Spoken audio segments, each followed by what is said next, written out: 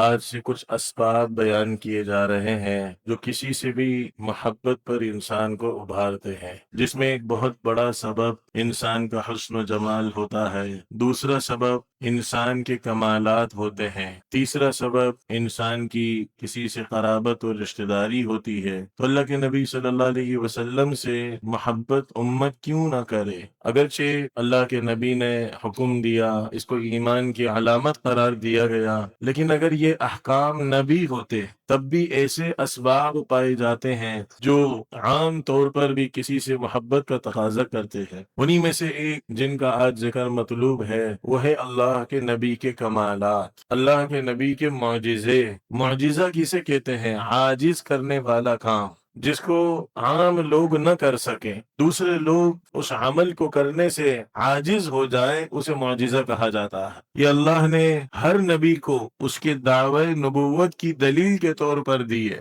نبی دراصل مدعی ہوتا ہے، ایک بہت بڑا دعویٰ کرتا ہے کہ میں اللہ کا نبی ہوں،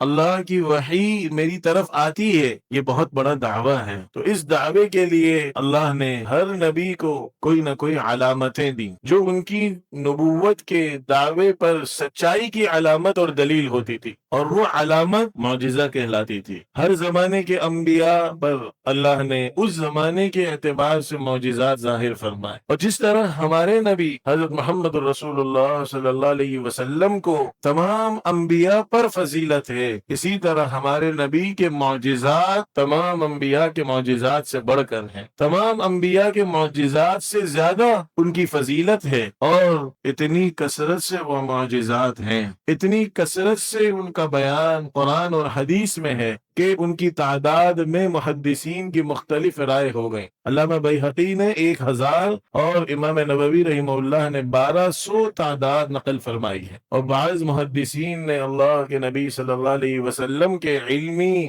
عملی معجزوں کا مجموعہ 3000 بیان فرمایا۔ 3000 کی تعداد میں اللہ کے نبی صلی اللہ علیہ وسلم کے علمی و عملی معجزے ہیں۔ علمی معجزے جو آپ کی باتیں، جو آپ کے اقوال، جو آپ کا علم، اور عملی معجزے جو آپ کے ہاتھ پر اللہ نے چیزیں عملاً ظاہر فرمائی۔